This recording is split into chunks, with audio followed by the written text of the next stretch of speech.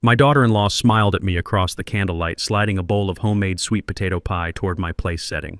It was my favorite dessert, a recipe passed down from my great-grandmother, but as she urged me to take the first bite, I realized something terrifying. That bowl was laced with enough high blood pressure medication to stop the heart of a horse, let alone a 70-year-old man. I did not scream. I did not flip the table. Instead, I reached under the tablecloth, texted 911, and prepared to give the performance of a lifetime. My name is Cyrus Blackwood. I am 70 years old, and for the last 40 years I have let the world believe I am just a retired HVAC contractor living on a modest pension. I drive a 10-year-old Ford truck. I wear flannel shirts from Costco.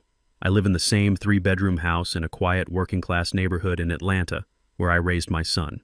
What nobody knows, not even my own flesh and blood, is that those dusty years of crawling through attics and fixing furnaces were just the beginning. I took every dime of profit and bought land when the market crashed. I renovated apartment complexes when nobody else would touch them. Today, I own a portfolio of commercial real estate worth north of $50 million, but I kept it quiet. I wanted my son Tyson to build his own character, not live in the shadow of my checkbook. I thought I was teaching him value. Instead, it seems I only taught him resentment. Before I tell you how I dismantled their lives piece by piece, please let me know where you are watching from in the comments below. If you have ever been underestimated by the people who were supposed to love you, hit that like button and subscribe. Trust me, you are going to want to see how this ends. The nightmare began 3 hours earlier. It was Christmas Eve, and the air inside Tyson's oversized mortgage-to-the-hilt suburban house was stifling. The heating was cranked up too high, likely to compensate for the drafty windows they could not afford to fix. My son Tyson sat at the head of the table, looking like a man shrinking inside his own skin.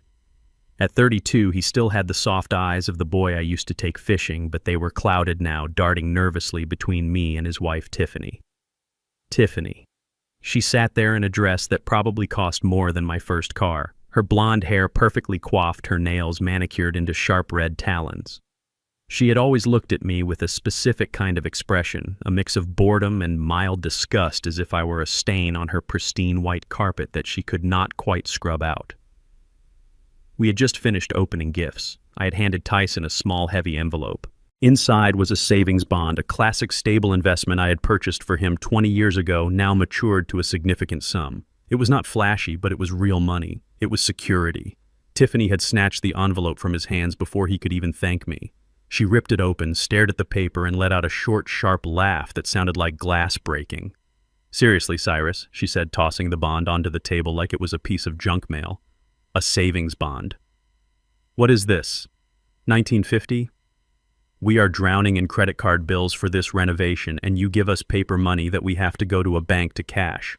We needed cash, or maybe that Rolex Tyson has been eyeing. You know, something that actually shows you care about your son's status." Tyson looked down at his plate. "Tiffany, it is a generous gift," he mumbled, but his voice was so quiet it barely registered. "Generous?" she scoffed, pouring herself another glass of wine. "It is cheap. Just like that truck outside, just like those boots you refuse to replace, you are sitting on a paid-off house in a gentrifying neighborhood, Cyrus.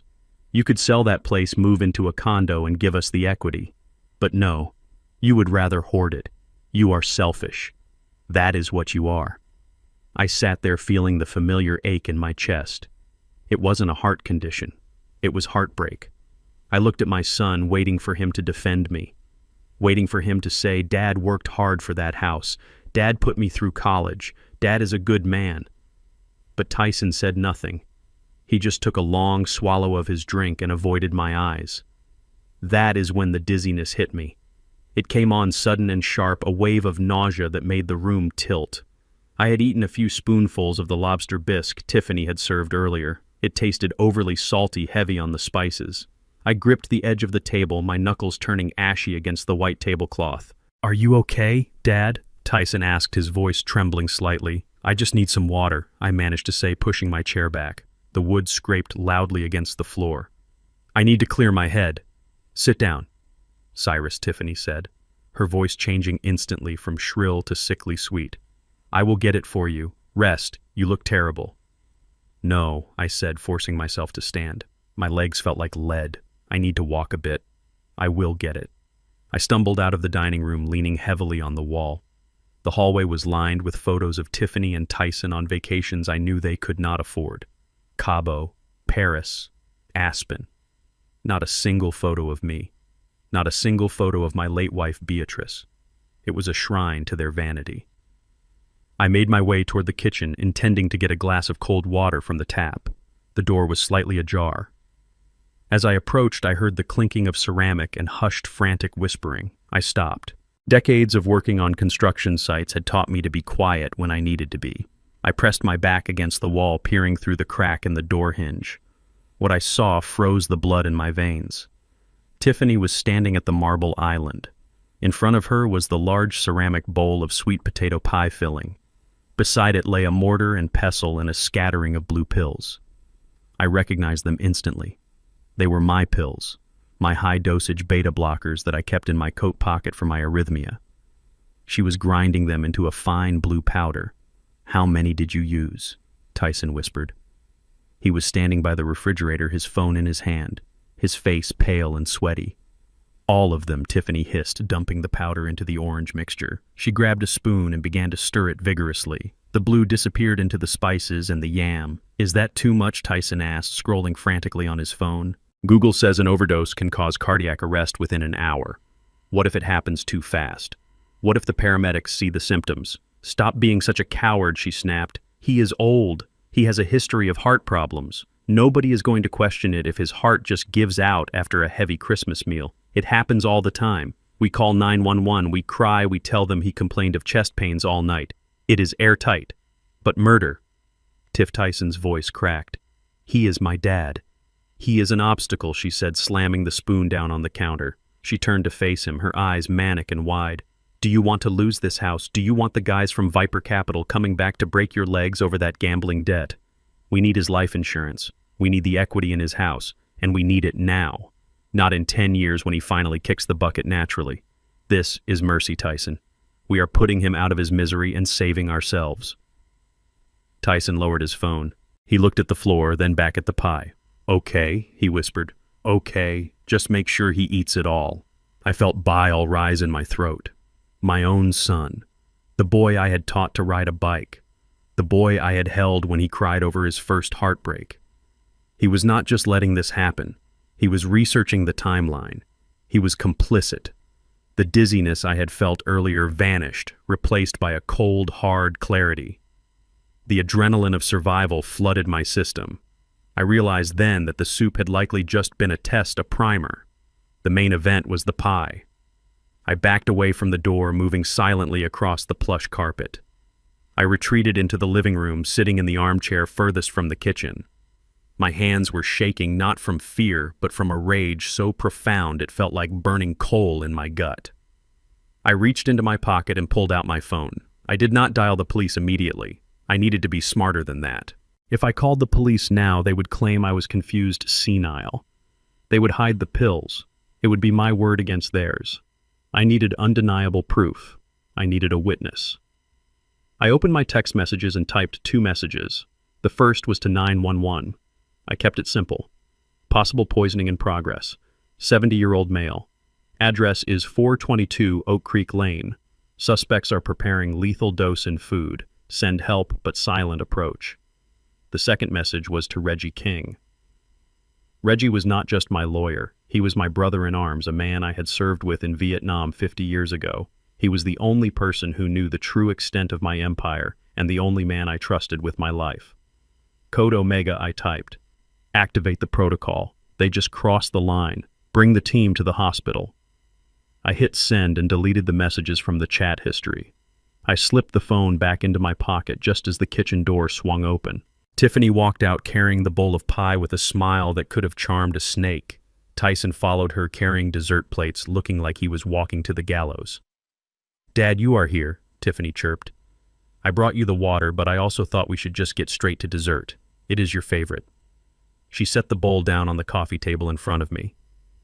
The smell of cinnamon and nutmeg wafted up, masking the scent of betrayal. "Eat up, Cyrus," she said. "It is to die for." I looked at the bowl. I looked at my son. And I knew exactly what I had to do. I was not going to eat that pie, but but I was going to make them believe their plan had worked just long enough to tighten the noose around their own necks. I clutched my chest, let out a gasp, and prepared to die. Tiffany placed the ceramic bowl on the placemat with a delicate clink that sounded far too loud in the silent dining room. She smoothed her dress and took a step back, clasping her hands together under her chin in a pose of exaggerated anticipation. The steam rising from the bowl carried the rich, earthy scent of sweet potatoes, cinnamon, and nutmeg, a smell that usually transported me back to my mother's kitchen in Savannah. Tonight, however, it smelled like a chemical fire masked by sugar. I looked down at the orange mash. It was smooth, creamy, and perfectly innocent in appearance. There were no visible blue specks. She had done a thorough job with the mortar and pestle. "Go on," Cyrus Tiffany urged, her voice tight with a forced brightness. "It is best when it is piping hot. I know how much you love it." I looked up at her. Her eyes were wide, fixed on me with a predatory intensity. She was not blinking enough. Behind her, Tyson stood near the archway to the kitchen, wringing his hands. He looked like a man facing a firing squad. Sweat beaded on his forehead despite the chill I felt radiating from the table. He could not even look at the bowl. He was staring at his shoes, shifting his weight from foot to foot. I picked up my spoon. The silver felt cold and heavy in my hand, like a weapon I did not want to use.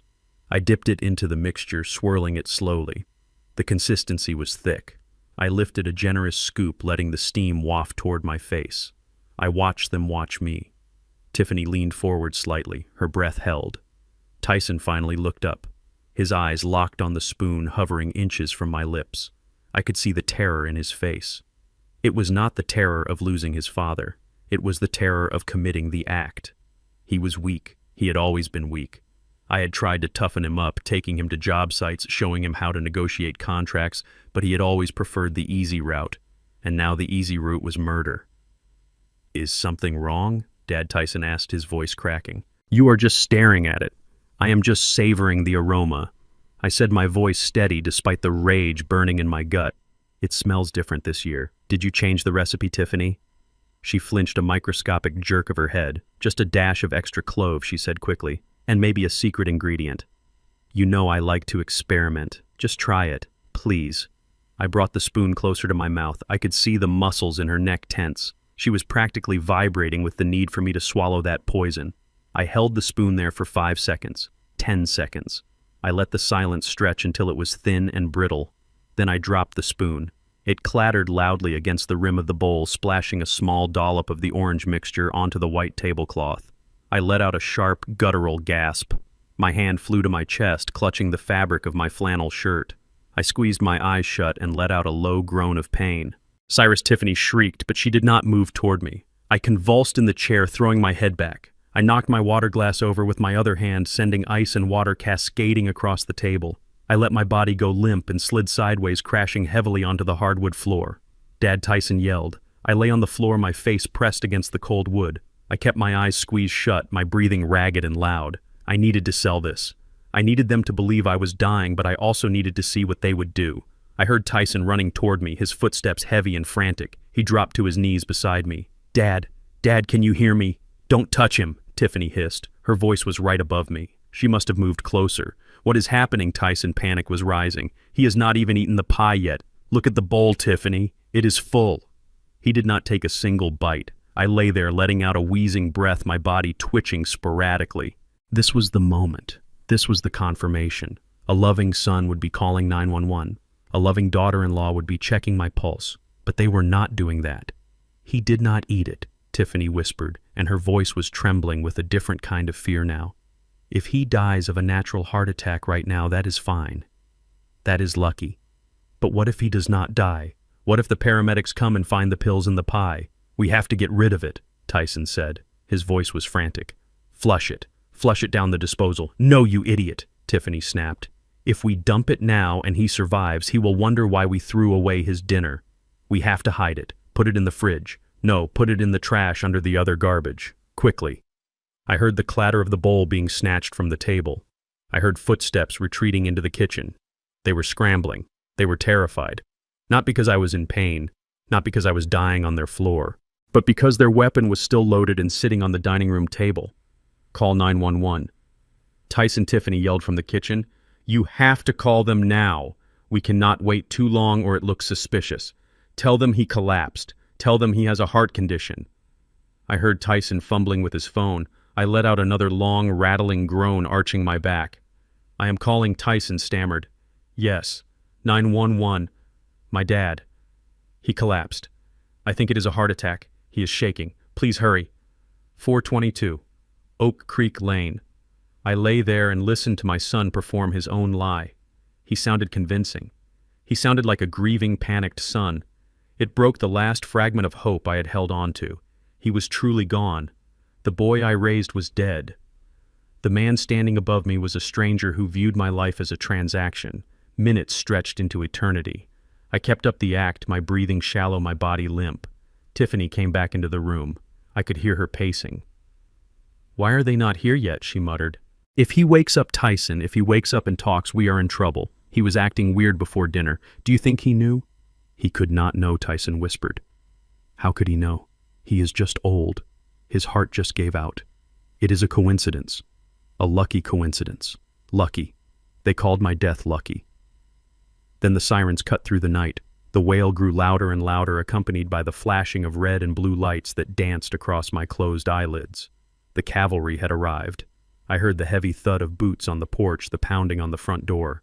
In here, Tiffany screamed, her voice shifting instantly into hysterical grief. "Please help him. He just fell." The front door burst open. I heard the rush of movement, the crackle of radios, the smell of antiseptic and rain entering the house. "Sir, can you hear me?" a deep voice asked. Hands were on me, checking my pulse, lifting my eyelids. I let my eyes flutter open just a slit. I saw a blur of uniforms. I saw Tyson and Tiffany standing back, clutching each other, fake tears streaming down Tiffany's face. But the face hovering directly above mine was one I was looking for. It was a large man with a scar above his left eyebrow. He wore the standard EMT uniform, but there was a small, discreet pin on his collar, a gold lion, the insignia of Reggie's private security firm. This was the man. He leaned in close, pretending to check my breathing. His lips barely moved. "Omega Protocol," he whispered so low that only I could hear it. "Reggie sent me. You are safe, Mr. Blackwood." I let out a breath I did not know I was holding. I gave a nearly imperceptible nod. "We have a pulse, but it is erratic," the medic shouted, playing his part perfectly. "We need to move him. Now. Get the stretcher." The team moved with military precision. I was lifted onto the gurney straps secured across my chest. "What is happening? Is he going to make it?" Tyson asked, stepping forward. "We are taking him to St. Jude's," the medic said, firmly blocking Tyson's path with his shoulder. "You can follow in your car, but we need to stabilize him and transport. Do not delay us." "Wait," Tiffany cried out. "I need to get his insurance card. I need to." "We have everything we need on file," the medic interrupted. "We are moving." They wheeled me out into the cool night air. As they lifted the stretcher into the back of the ambulance, I caught one last glimpse of my son and his wife standing in the doorway of that expensive house I had paid for. They looked small. They looked scared. And for the first time all night, they looked like they realized they had lost control. The doors slammed shut, sealing me inside with the medic. The siren wailed and the ambulance lurched forward. The medic looked down at me and pulled the oxygen mask slightly away from my face. "You can relax now, sir," he said. We secured the sample from the kitchen while the police were securing the perimeter. My partner grabbed the bowl from the trash. "We have the evidence." I closed my eyes, letting the tears finally fall. I was alive. I was safe. But as the ambulance sped through the dark streets of Atlanta, I knew the real work was just beginning. I had survived the poison. Now I had to become the poison. The hospital room smelled of bleach and cold air conditioning, a sterile scent that did nothing to mask the underlying odor of sickness. I lay perfectly still in the narrow bed. My eyes closed, my breathing shallow and rhythmic. The wires from the heart monitor tugged gently at my chest, and the machine emitted a steady hypnotic beep that served as the metronome for my performance. Reggie had arranged everything perfectly. The doctor who admitted me was on his payroll, a man who knew how to keep a secret and how to stage a coma. I was supposed to be unconscious, a man hovering between life and death after a massive cardiac event. To anyone watching, I was a vegetable. To the camera hidden in the smoke detector above the bed, I was bait. The heavy door to the room creaked open. I did not flinch. I heard the click of high heels on the linoleum floor. Tiffany. Then the scuff of rubber soles. Tyson. They did not speak at first. They did not rush to my bedside to hold my hand. They did not ask the nurse who had conveniently stepped out if I was going to make it. The silence was heavy, broken only by the rustling of fabric. "Check the door," Tiffany whispered, her voice sharp and impatient. "Make sure nobody is coming." "It is clear," Tyson muttered. I felt a presence loom over me. It was not a comforting presence. It felt like a vulture circling a carcass. I felt hands on my body, but they were not checking for a fever. They were patting down the pockets of my canvas coat, which hung on the back of the chair next to the bed. I heard the Velcro of my wallet ripping open. $40, Tiffany hissed, her tone dripping with contempt. $40 and a Blockbuster card from 2004. Jesus, Tyson, your father lived like a pauper. Where is the rest of it? Where are the bank cards? He keeps cash in a coffee can under the sink, Tyson whispered back. He never trusted banks with his day-to-day money. You know that. Pathetic, she spat. I heard the leather of my wallet being tossed onto the side table. Well, it does not matter. The cash is peanuts compared to the real prize. Get the paper. We need to do this before he wakes up or dies. I lay there, my heart rate remaining steady through sheer force of will, listening to the rustle of stiff paper being unfolded. It sounded like heavy stock official. This is it, Tyson said, his voice trembling slightly. The general power of attorney. I downloaded the template this morning. It gives us control over everything. Medical decisions, real estate, bank accounts. If we get this executed, we can liquidate his assets before the probate courts even get a whiff of a death certificate. But he cannot sign it, Tiffany snapped. Look at him. He is out cold. That is why we brought the ink pad, Tyson said. Section 4, paragraph 3. A signature by mark or fingerprint is valid if the subject is physically unable to sign due to medical incapacity provided it is witnessed. And who is the witness, Tiffany asked. I am, Tyson said. And you are. We will just say he was awake for a second, lucid enough to nod, and we helped him guide his hand. Who is going to argue with the grieving son and daughter-in-law? The logic was terrifyingly sound. It was also highly illegal. I felt the mattress depress as Tiffany sat on the edge of the bed. I focused on keeping my eyelids still fighting the urge to clench my jaw. Give me the pad, she ordered. I felt her hand grab my right wrist. Her skin was cold and clammy. She lifted my arm. It was dead weight, heavy and limp. I made sure of that. She maneuvered my hand toward the small plastic case she must have placed on the bedside table. Open his hand, she commanded Tyson. He is making a fist. I was not making a fist intentionally. It was the natural resting state of a hand that had held hammers and wrenches for 50 years. My joints were stiff with arthritis, something Tyson would have known if he ever bothered to ask how I was doing. Tyson grabbed my fingers and pried them open. He was not gentle. He pulled my index finger and thumb apart, forcing my hand flat. Hold it steady, Tiffany hissed. She grabbed my thumb. She did not just guide it, she twisted it. She bent the joint backward, forcing the pad of my thumb down onto the ink sponge. I felt the wet, cold sensation of the ink. Press harder, she said. We need a clear print. She dug her fingernails into the back of my hand, leveraging her weight to mash my thumb into the ink. The pain was sharp and sudden. She was bending my thumb so far back I felt the tendons strain. It took every ounce of discipline I had learned in the jungles of Vietnam not to recoil, not to snatch my hand back and strike her. I remained a statue. Okay, bring the paper here, she said. I felt the paper brush against my arm. She lifted my inky thumb and slammed it down onto the document. She rolled it side to side, grinding my skin against the fiber of the paper to ensure the ridges of my print transferred. One more, she said, just to be safe. On the second page. She repeated the process. This time she was even rougher. She twisted my wrist at an awkward angle. I felt a pop in my joint. Pain shot up my arm, hot and electric. I let out a low, involuntary groan, a sound that could easily be mistaken for the moan of a dying man. He is making noise, Tyson said, panic rising in his voice. Hurry up. I am hurrying, she snapped. There. Done. She dropped my hand. It flopped onto the sheets, throbbing. I could feel the sticky ink drying on my skin, a mark of their crime. Wipe it off, Tyson said. If the nurse sees the ink, she will know. Use the wet wipes, Tiffany said. She scrubbed my thumb with a rough alcohol-soaked cloth. She did not care if it stung. She rubbed until my skin was raw and red, erasing the evidence from my body. but the evidence on that paper was permanent, and the evidence on the camera recording their every move was eternal. I lay there listening to them shuffle the papers back into a folder. They stood by the foot of the bed looking down at me. I was no longer a person to them. I was a signature. I was a transaction that had just cleared.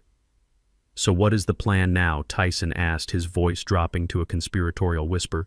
"We wait," Tiffany said. Her voice was calm, chillingly so. "We wait for the doctor to come back. We tell him we have the power of attorney and we want to discuss end-of-life options."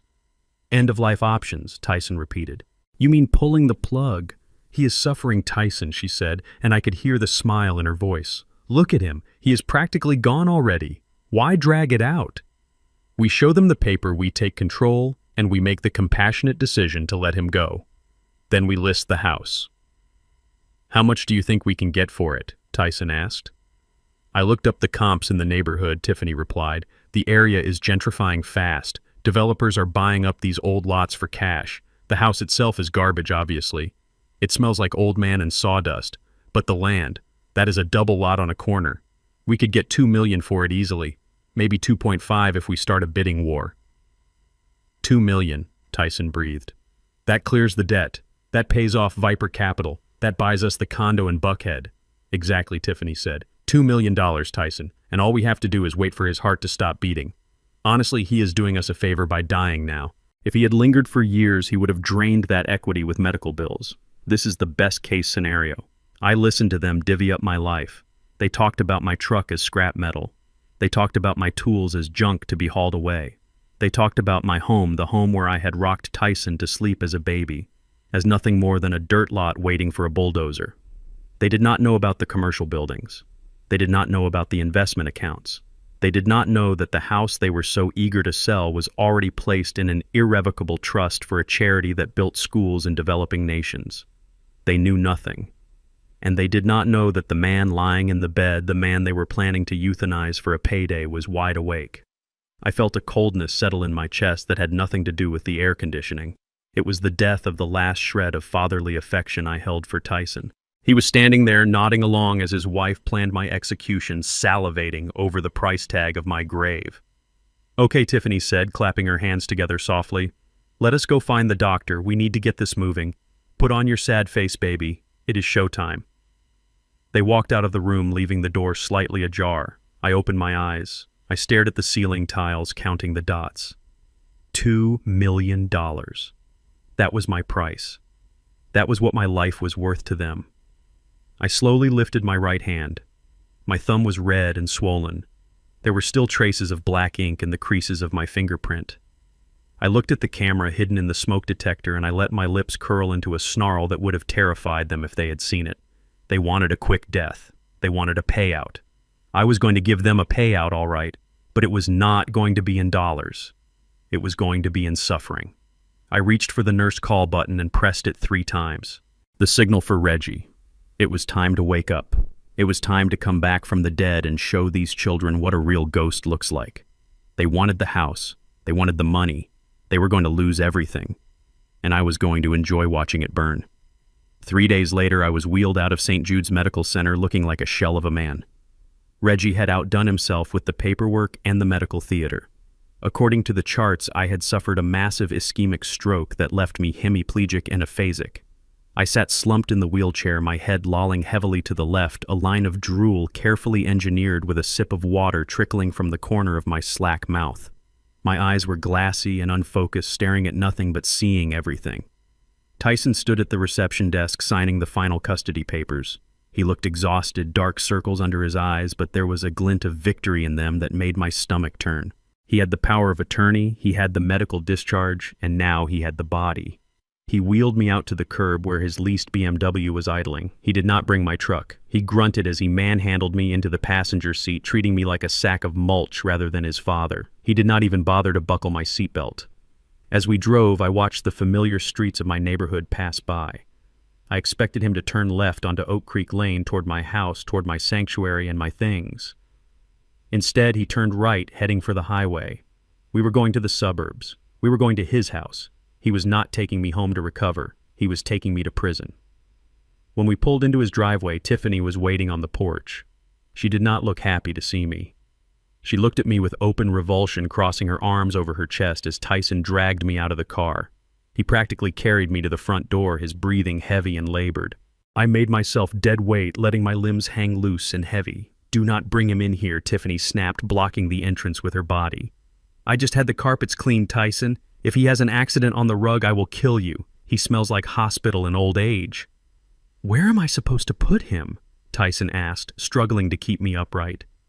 "The guest room is set up for your mother when she visits. Put him downstairs." "The basement," Tyson said. "It is unfinished, Tiff. It is freezing down there. It is 50 degrees. "Put a space heater down there," she said, waving her hand dismissively. "He is paralyzed, Tyson. He will not know the difference. Besides, it is easier to clean up the mess on concrete than it is on hardwood. Just get him out of my sight." Tyson sighed, but he did not argue.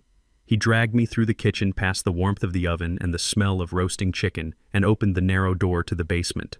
A blast of cold, damp air hit my face. It smelled of wet earth, rotting cardboard, and neglect. The stairs were steep and wooden.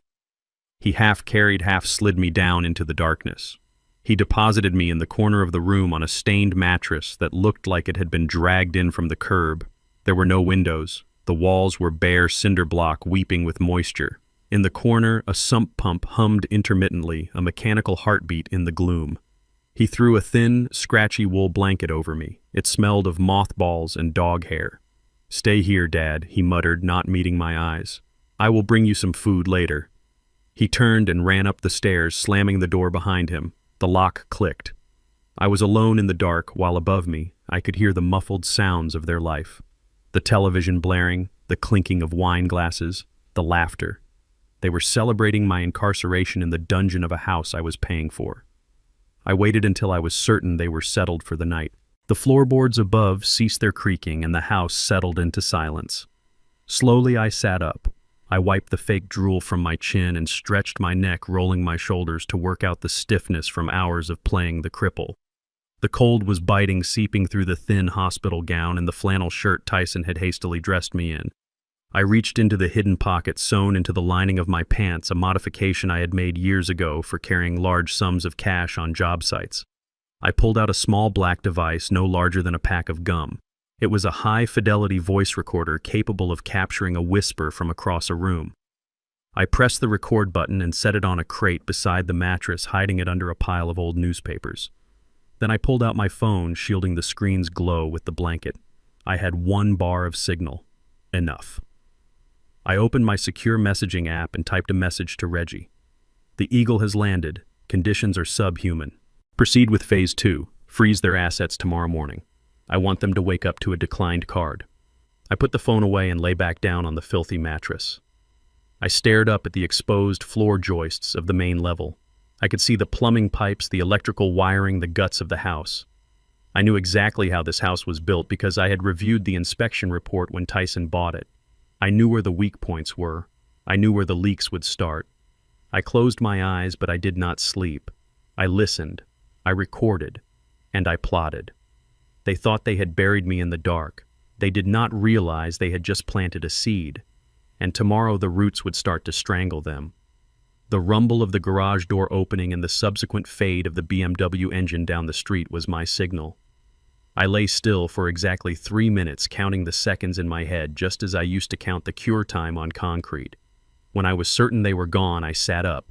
My back screamed in protest from the cold floor, but I ignored it. The frail stroke victim vanished. In his place stood Cyrus Blackwood, master contractor. I walked to the basement stairs, my steps silent and sure.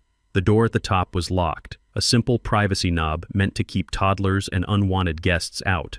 Tyson had never been handy. He did not understand that a lock is only as strong as the frame it sits in. I found a stiff piece of wire in a box of discarded Christmas ornaments in the corner. I bent the tip into a small hook. I ascended the stairs and knelt by the keyhole. It took me less than 10 seconds. I felt the tumblers shift the spring compress. With a soft click, the knob turned. I pushed the door open and stepped into the kitchen. The house was quiet. I moved quickly, avoiding the creaky floorboards I had noted during my previous forced entry. My target was the home office down the hall. The door was solid oak, a veneer of quality hiding cheap particle board. It was locked too. I pulled a thin plastic loyalty card from my hidden pocket. I slid it between the door and the jamb, feeling for the latch bolt. I applied pressure, angled the card, and pushed. The door popped open. I was in. I sat down in Tyson's oversized leather executive chair. It squeaked under my weight. The desk was a disaster zone, a chaotic sprawl of unopened envelopes and crumpled paper. It was the workspace of a man drowning. I started with the stack of mail on the left. Past due. Final notice. Collections. I pushed those aside and found a manila envelope buried under a pile of car magazines. I opened it. Inside was a letter from the bank where Tyson claimed to be a vice president. It was a termination notice dated 2 years ago. He had not been laid off. He had been fired for gross negligence and failure to follow compliance protocols. 2 years. He had been waking up every morning, putting on a suit, and leaving the house to pretend to work for 2 years. I felt a pang of pity that was quickly extinguished by the next document I found. It was a credit card statement for a Platinum Amex. The balance was staggering. $80,000. I found another for a Visa, $50,000. In total, I found statements for 6 different cards. The total debt was nearly $300,000. I scanned the transaction logs. It was a catalog of narcissism. $3,000 for a handbag at Louis Vuitton, $500 for a dinner at Nobu, weekend trips to resorts in the Caribbean, spa treatments, leased luxury cars. They were living like royalty on borrowed dimes. They were not just broke, they were destitute, they were insolvent, and they were funding this charade by bleeding me dry. I opened the bottom drawer of the desk. It was locked, but the mechanism was cheap zinc. I braced my foot against the desk leg and gave the drawer a sharp yank. The wood splintered and the drawer slid open. Inside, there was a single red folder. The label on the tab sent a jolt of recognition through me. Viper Capital. I knew that name. I knew it very well. I opened the folder and my breath hitched in my throat. It was a high-interest, short-term loan agreement, a hard money loan. $50,000 cash with an interest rate that bordered on criminal, weekly compounding, aggressive collection clauses. It was the kind of loan you took when the banks laughed you out of the room. But it was the collateral section that made my vision blur with red rage. Listed there in black and white was the property address, 422 Oak Creek Lane, my house, my paid-off home. And at the bottom of the page was a signature, Cyrus Blackwood. It was a forgery, a shaky, pathetic attempt to mimic the signature I had used on Tyson's report cards and birthday checks. They had stolen my identity. They had mortgaged the roof over my head to a predatory lender to pay for their vanity. They had signed my name to a contract that could leave me homeless. I traced the ink of the forgery with my finger. It was recent. They must have done this weeks ago. This was why they needed me dead. The first payment was likely due, and they had no way to pay it without my life insurance. I closed the folder. My hands were steady now. The anger had crystallized into something cold and hard. They had made a deal with the devil. They just did not know that the devil was standing in their office. I pulled my phone from my pocket the moment I heard the office door click shut behind me. My hand was steady, but my heart hammered against my ribs like a sledgehammer striking iron. I dialed Reggie. He answered on the first ring, his voice crisp and professional. "Status?" he asked. "Viper Capital," I said, keeping my voice low. "They owe Viper Capital 50 grand, and they used my house as collateral with a forged signature on a high-interest note." There was a pause on the line, then a low, dry chuckle that sounded like dry leaves scraping together. "Reggie, what is funny?" I asked, irritation spiking. "Cyrus," he said, "you really do not look at the quarterly reports for the Diversified Risk Fund, do you?" "I pay you to look at them," I snapped. "Viper Capital is a shell company for Blackwood Holdings," Reggie said. "We acquired their portfolio 6 months ago as a distressed asset. It is your money, Cyrus. You are lending money to yourself." The irony hit me like a physical blow. I almost laughed. My son was stealing from me to pay a loan shark that was actually me. I was the predator and the prey. So I own the debt, I asked, just to be sure. "You own the debt, you own the paper, and you own the sharks," Reggie confirmed. "Good," I said, feeling a cold smile stretch across my face. "Take off the leash. I want you to have the collection team call Tyson. Use the scary voice. Tell him the note has been called. Tell him he has 24 hours to pay the full 50,000 or they are seizing assets." "And Reggie?" "Yes, boss." Tell him personal safety cannot be guaranteed. That is brutal, Cyrus. Reggie noted. He tried to kill me with sweet potato pie, Reggie, I said. Brutal is just the beginning. I made my way back down to the basement just minutes before I heard the garage door rumble open. I arranged myself on the mattress, adjusting my limbs into the familiar broken posture of the stroke victim. I let my mouth go slack and stared blankly at the damp cinder block wall. Above me, I heard the heavy footsteps of Tyson and the sharp click of Tiffany's heels.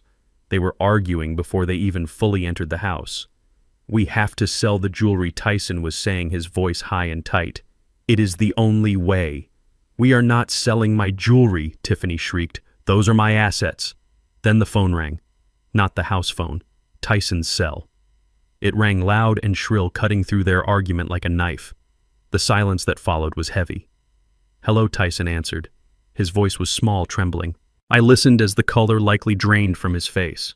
I could imagine the voice on the other end. Reggie's head of security, a man named Marcus, who sounded like gravel grinding in a blender. "What do you mean, immediately?" Tyson squeaked. "The contract said no, please. I need more time." "My father, he is." He listened for a moment, then gasped a sound of pure terror. "Tonight, I cannot get 50,000 by tonight. Please, we have a house. It is worth 2 million. We just need to liquidate." He was cut off. The call ended. I heard a sound like a phone being dropped onto a granite counter. "They called the note," Tyson whispered. His voice carried through the floorboards, thin and terrified. "Viper. They said the signature looks suspect. They said they are auditing the collateral. They want the cash, Tiffany. Tonight. Or they are sending a team." "A team." Tiffany's voice pitched up an octave. "Like hitmen. Like breakers," Tyson said. "They said personal safety is not guaranteed." "Oh my God." "They know about the forgery. If they find out the house is not mine legally yet, they will kill us. We are dead. We are actually dead." "Shut up," Tiffany yelled. "Stop panic spiraling. We need money. Where can we get money?" "We do not have any," Tyson screamed back. "You spent it all. The credit cards are maxed. The bank accounts are overdrawn. We have nothing." The argument exploded. It was a symphony of blame. "This is your fault," Tyson yelled. "You had to have the Mercedes. You had to have the renovation. You bled me dry." "My fault," Tiffany screeched. "You are the one who lost his job 2 years ago and was too much of a coward to tell anyone. You are the one pretending to be a banker while you play video games at Starbucks. I am the one keeping up appearances. Appearances do not pay the shark." I heard stomping. The basement door flew open. Light flooded down the stairs, blinding me. Tyson stomped down the wooden steps, his face red and sweaty, his eyes wild. Tiffany followed him, looking like a cornered rat. They stood over me. I did not move. I did not blink. "Look at him," Tyson spat, kicking the mattress near my leg. "Just lying there, useless. He has millions in equity sitting in that house, and he is just breathing air." "He is the reason we are in this mess," Tiffany hissed. She leaned down, her face inches from mine. I could smell the wine on her breath. "If you had just died," she whispered, her voice venomous. "If you had just had the decency to die in that hospital bed, we would be rich right now. We would be safe." She slapped my cheek. It was not a hard slap, but it was stinging. It was disrespectful. "Do something," she screamed at my unmoving face. Die, so we can sell your house." Tyson grabbed her arm. "Stop it. He does not understand. He is a vegetable. He is a stubborn old mule," she said, straightening up, "and he is going to get us killed." "Maybe," Tyson said, looking at me with a dark, desperate glint in his eyes that I had never seen before. "Maybe he can still help us, just not the way he intended." "What do you mean?" Tiffany asked. "If Viper wants money," Tyson muttered, staring at my chest, "maybe we can give them something worth money. Or maybe we just need him to disappear so we can claim the insurance faster. No more waiting for nature. We need to accelerate the timeline." They looked at each other. The fear in the room shifted. It was not just panic anymore. It was resolve. They turned and went back up the stairs, locking the door behind them. I lay in the dark, my cheeks still stinging from her slap. They thought they were trapped. They did not know they were locked in a cage with the zookeeper, and I had just decided it was feeding time. The air in the basement grew heavy, not just with the damp chill of the earth, but with the suffocating weight of desperation. Tyson and Tiffany had returned. They paced the small concrete square like caged animals, their shadows dancing frantically against the cinder blocks under the single flickering bulb. The threat from the collection agency had cracked something vital inside them. Civilization was peeling away layer by layer, leaving behind raw, primal fear. Tyson was muttering to himself, gnawing on his fingernails until they bled. 50,000. We need 50,000 by morning or they send the breakers. We are dead, Tiffany. We are dead. Tiffany stopped pacing. She stood over me, her silhouette looming large and distorted. She looked at my unmoving body with a cold, clinical detachment that was far more terrifying than her earlier rage. She was no longer angry. She was calculating. She was appraising me not as a father-in-law, but as a collection of biological assets. We are not dead, Tyson, she said, her voice devoid of emotion. We just need to be creative. We have a resource right here that we are not utilizing. Tyson looked at her, confused. What do you mean? The house. We cannot sell the house without his signature, and the forgery will take too long to process if Viper is watching. Not the house, you idiot, she snapped. Him. The meat. Tyson recoiled as if she had physically struck him. What are you talking about? Tiffany crouched down, her face inches from mine. I could smell the stale wine and the sharp metallic tang of her fear. I heard a story once, she whispered, her eyes darting over my body. My friend in med school knew a guy. They pay top dollar for viable organs in Mexico. Kidneys, livers, corneas, even skin grafts. He is old, but he is healthy. His heart is weak, sure, but the rest of him is worth money. Tyson gagged. You want to chop him up? You want to sell my father for parts? Are you insane, Tiff? That is monster talk. Tiffany stood up and backhanded him across the face. The sound was loud and wet, echoing off the concrete walls. Tyson stumbled back, clutching his cheek. Wake up, she screamed. There are men coming to break our legs and burn this house down. Do you think they care about morality? Do you think they care about your daddy issues? We are talking about survival, Tyson. Us or him. And look at him. She kicked the mattress by my head. He is a vegetable. He is checking out anyway. We are just recycling. We drive him across the border tonight. I make a call. We hand him over. We come back with 50 grand in cash. The debt is gone. We are free, and nobody will ever know. We just say he wandered off. We say the stroke made him confused and he got lost in the woods. It happens all the time. Tyson looked from her to me. I saw the battle in his eyes, the last shred of his conscience fighting against his cowardice. He looked at my gray face, my slack jaw, my lifeless limbs. He looked at his wife, the woman who controlled his every breath. Then he looked at the door where the imaginary hitmen were waiting.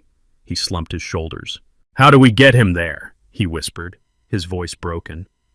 We load him in the trunk, Tiffany said, a cruel smile spreading across her face, just like luggage. I lay there and felt the last tether of familial bond snap. It did not break with a bang, but with a silent, mournful sigh. They were not just greedy. They were not just entitled. They were predators. They had crossed the line from bad children to monsters. The sweet potato pie had been an attempt at a clean, quiet murder, a mercy killing in their twisted minds. But this was butchery. This was desecration. They were planning to hollow me out like a pumpkin and sell the seeds. I realized then that my plan to simply scare them, to teach them a lesson about money and gratitude, was insufficient. You do not teach a lesson to a rabid dog. You put it down. This was no longer a game of chess. This was war, total and absolute. I felt the cold concrete against my back and made a silent vow to the son I had once loved. You want to sell me for parts, Tyson? You want to trade my life for your freedom? I am going to strip you of everything. I am going to take your freedom, your future, and your name. You will wish the hitmen had found you. You will wish you had never opened that basement door.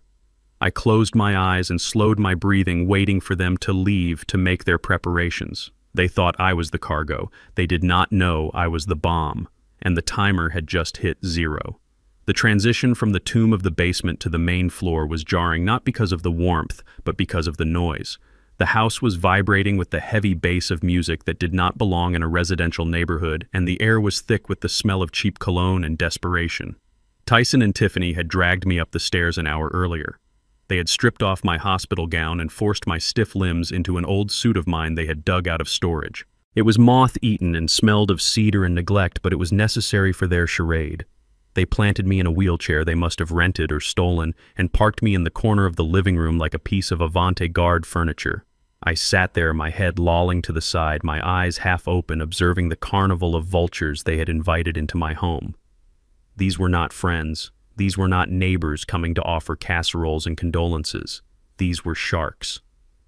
I recognized the type immediately from my years in the business. Hard money lenders looking for a quick flip, unlicensed real estate wholesalers who preyed on distress, pawn shop owners who did not ask for receipts. Tyson and Tiffany were hosting a fire sale and I was the inventory. They were desperate to raise the $50,000 for Viper Capital before the sun came up, and they were willing to sell anything that was not nailed down, including the deed to my house, which lay on the coffee table amidst a sea of empty beer bottles and half-eaten appetizers. I watched Tyson work the room. He was sweating through his shirt, his eyes darting nervously toward the door every few minutes, expecting the hitmen to kick it down. He was trying to sell my tools, my truck, and even the copper wiring out of the walls to a man with a gold tooth and a snakeskin jacket. "I will give you $5,000 for the truck and the tools," the man said, laughing as he tapped ash onto the carpet. $5,000, Tyson squeaked. "The truck alone is worth 20. "Not without a title and not fast," the man sneered. "You want cash tonight or do you want to negotiate?" Tyson took the cash. My heart burned, but I did not move. But the real horror was Tiffany. She was holding court by the fireplace, wearing a dress that was far too short and holding a glass of wine that was far too full. She was introducing me to people not as her father-in-law, but as an asset. "This is the golden goose," she slurred, gesturing to me with her glass. "The doctors say he could go any day now. Stroke took out everything upstairs. He is just a body waiting for a signature." A man I did not recognize walked over to me. He was wearing a suit that cost more than Tyson made in a year, but he wore it like a costume. He smelled of expensive scotch and rot. He leaned down, his face inches from mine. I could see the broken capillaries in his nose. "So this is the old man holding up the deal," he said, blowing smoke into my face. He poked me in the chest hard with a finger adorned with a heavy gold ring. "Hey, Pops! You in there? Can you hear me?" I stared past him, my gaze fixed on a water stain on the ceiling. I let a line of drool escape my lips. "Gross!" The man laughed, straightening up. He looked at Tiffany. "You said he was compliant. He looks disgusting. He is harmless." Tiffany laughed, walking over. "Watch." She stood in front of me. The room went quiet. The sharks smelled blood. They wanted to see the show. They wanted to see just how broken the old man was. Tiffany dipped her finger into her wine glass and flicked red droplets onto my face. "Wake up, Cyrus," she sang. "It is a party." The guests laughed. It was a cruel braying sound. Encouraged, she took a sip of wine and then deliberately tilted her glass. A stream of dark red liquid poured onto the lap of my suit, soaking through the fabric, staining the white shirt underneath. It looked like a gunshot wound. It looked like blood. "Oops," she giggled, pretending to cover her mouth. My hand slipped. "Look at him. He does not even care. He likes it. He is probably thirsty." She poured the rest of the glass over my head. The wine ran down my forehead into my eyes, stinging and blurring my vision. It dripped off my nose and chin onto the floor. I sat there drenched in alcohol and humiliation while 20 strangers laughed at my degradation. "Someone snap a picture," the man in the snakeskin jacket yelled. "Send it to the nursing home. Tell them he comes pre-marinated." Tyson stood in the corner watching. He did not laugh.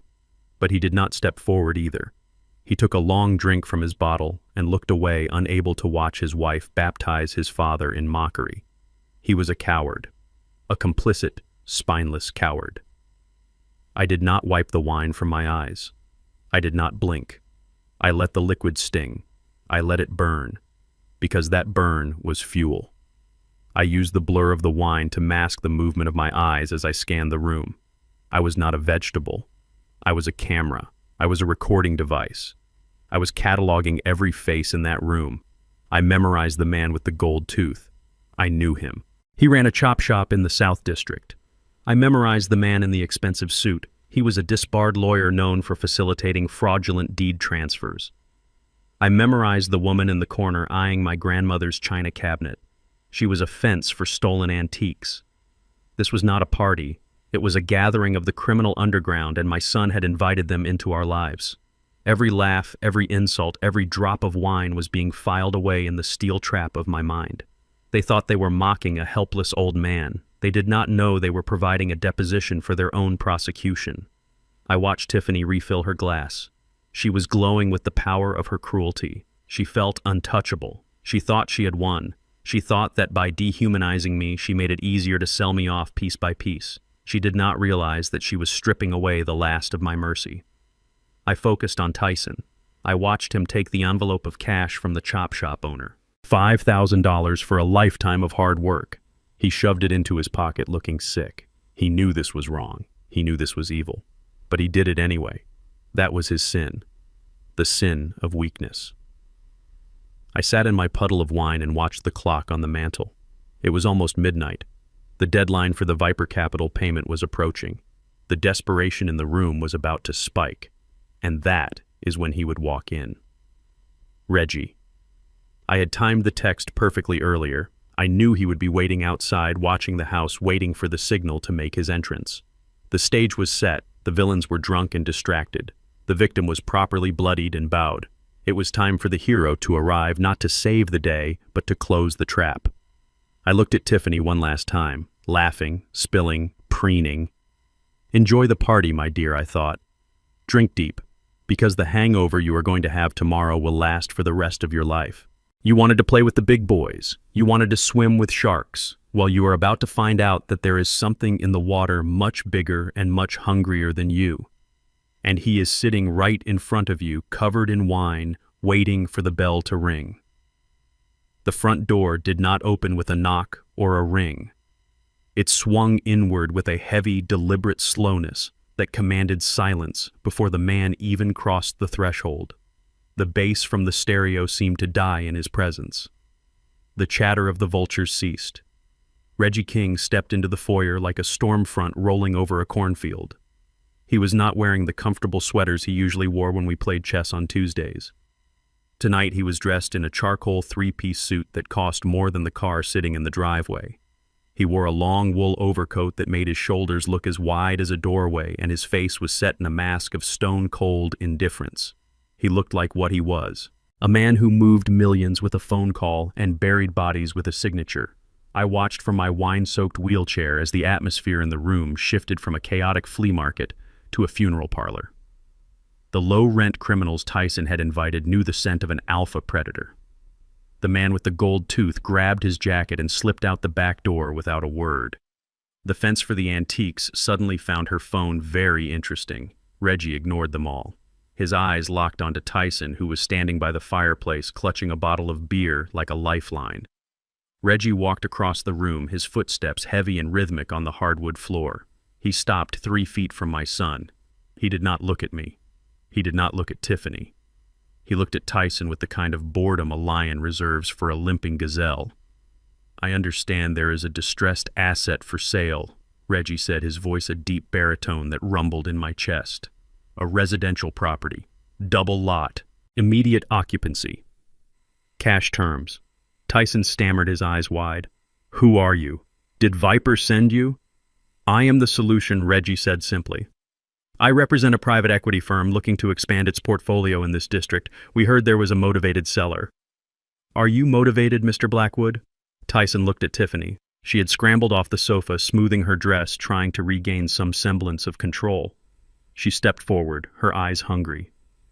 We are very motivated, she said, her voice shrill. But we have offers. We have a lot of interest. Reggie did not even blink. He did not look at her. He kept his gaze on Tyson. I do not deal with brokers. I do not deal with wives. I deal with the man on the deed. Is that you? Technically, Tyson said, swallowing hard. Technically, it is my father, he gestured to me. But I have power of attorney. Reggie finally glanced my way. His eyes passed over my wine-stained face, my slumped posture. He gave a small, almost imperceptible nod. Good enough, he said. He lifted the black leather briefcase he was carrying in his left hand. He set it down on the coffee table, sweeping aside the empty beer bottles and the half-eaten tray of cheese with his forearm. The clatter of glass falling to the floor made Tyson jump. Reggie thumbed the latches. They clicked open with a sound like a pistol cocking. He lifted the lid. The silence in the room was absolute. Inside the briefcase, stacked in neat, tight rows, were bundles of $100 bills. It was $50,000. It was the exact amount they needed to pay off the loan shark. It was the exact amount they needed to save their lives. To them, it looked like salvation. To me, it looked like bait. I saw the light go out of Tyson's eyes, replaced by a dull, animalistic greed. He took a step forward, his hand reaching out involuntarily. Tiffany let out a small gasp, her hand covering her mouth, her eyes reflecting the green of the money. They were mesmerized. They were drunk on the sight of it. They forgot to ask who Reggie really was. They forgot to ask why a stranger would show up with cash at midnight. They forgot caution. They forgot fear. All they saw was the exit sign. Is that... Tyson whispered, his voice dry. $50,000, Reggie said. Cash. Non-consecutive serial numbers. No banks. No waiting periods. I take the deed tonight, you take the cash tonight. The debt is gone. The problem is solved.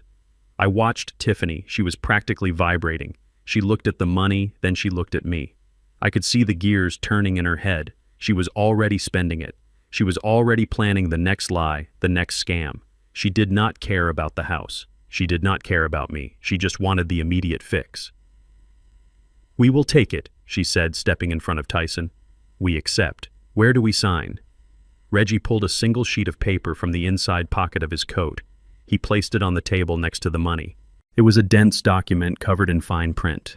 He produced a heavy fountain pen and set it down on the paper. The owner signs, Reggie said, right there on the bottom line. But he cannot write, Tyson said, his eyes tearing away from the money for a second. He had a stroke. His hands do not work. Reggie stared at him.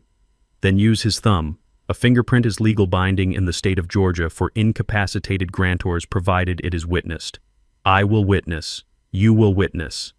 Reggie reached into his pocket and pulled out a small red ink pad. He tossed it onto the table. It slid across the wood and stopped right in front of Tyson. Do it, Reggie commanded. Do it now, or the briefcase closes and I walk out that door. And I promise you the next man who walks through that door will not be bringing money. He will be bringing a baseball bat. Tyson flinched. The threat of the breakers was still fresh in his mind. He looked at the money. He looked at the ink pad. He looked at me.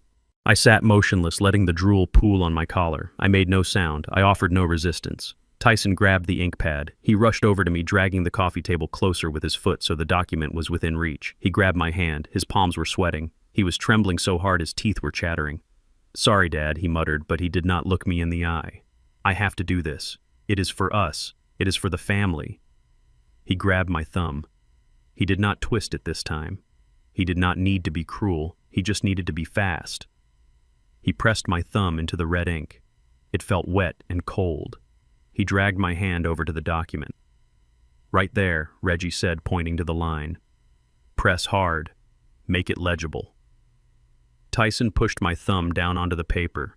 He leaned his weight into it, grinding my skin against the fiber, ensuring a perfect impression.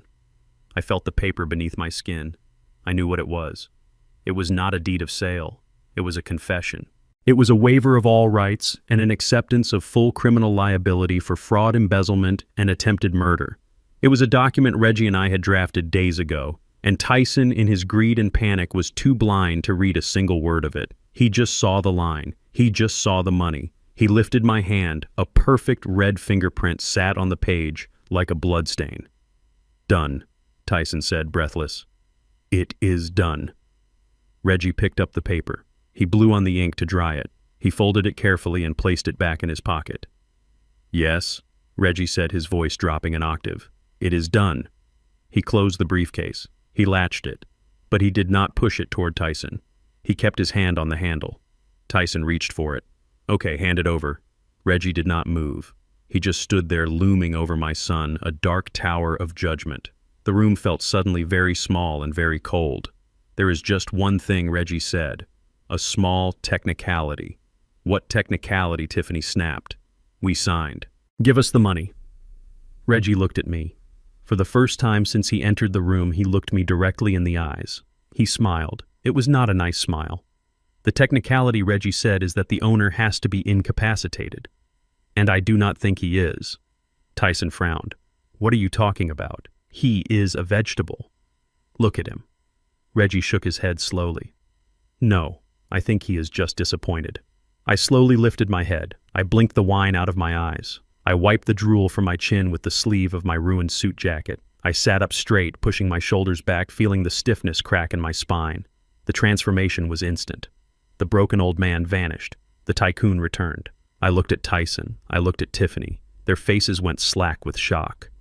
Tiffany dropped her wine glass. It shattered on the floor, but nobody looked at it. They were staring at me. I cleared my throat. It was a rough sound like gravel sliding down a chute. "You really should read the fine print, son," I said, my voice steady and strong. "That ink is going to be very hard to wash off in prison." The single sheet of paper lying on the coffee table between the half-empty beer bottles and the open briefcase of cash was a masterpiece of legal entrapment. To the untrained eye, or to the eye blinded by greed and panic, it looked like a standard quitclaim deed, a boring piece of administrative paperwork necessary to transfer a property title.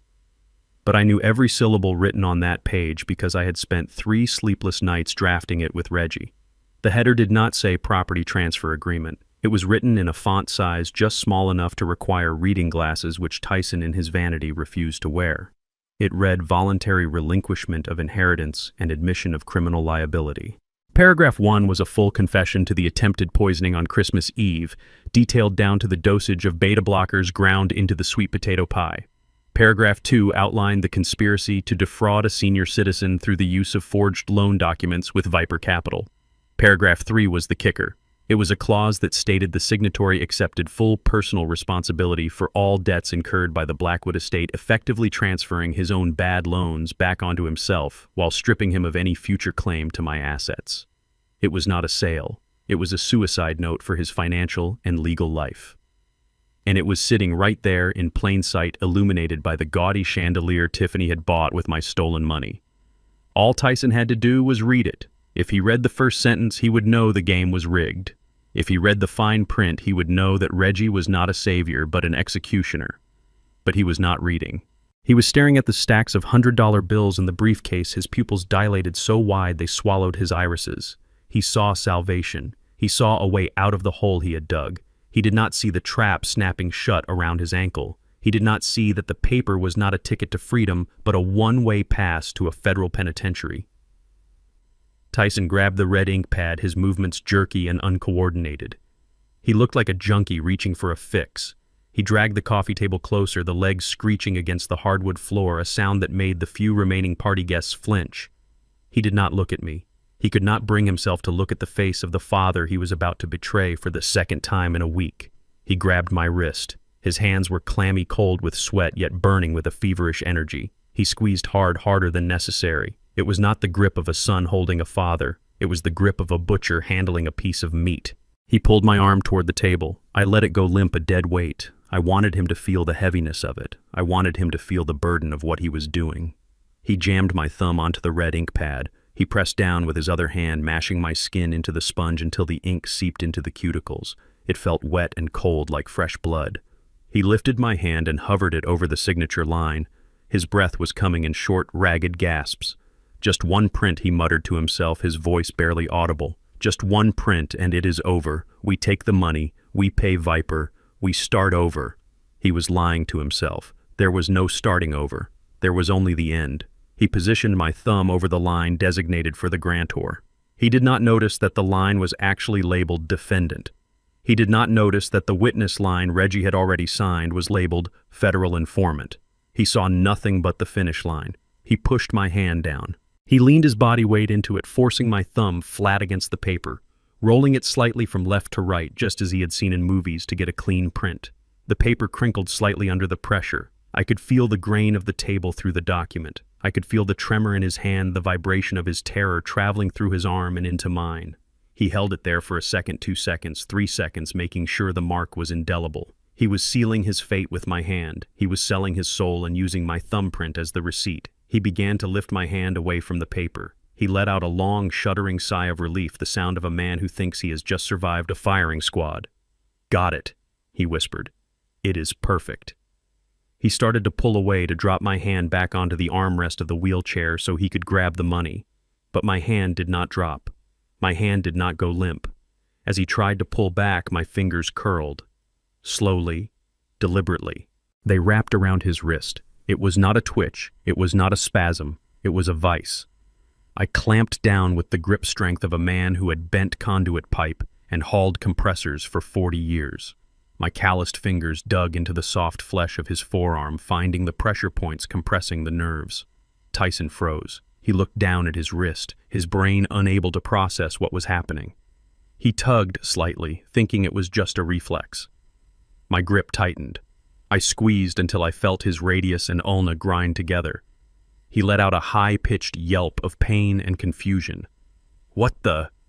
he stammered. He looked up. He looked at my face. And that is when the true horror hit him. I opened my eyes. I did not flutter them open. I snapped them open wide and alert. The glassy, vacant stare of the stroke victim was gone. In its place was a gaze of pure, unadulterated fury, a gaze that burned with the intensity of a welding torch. I locked eyes with him. I saw his pupils contract. I saw the color drain from his face, instantly leaving him gray and ashy. His mouth opened, but no sound came out.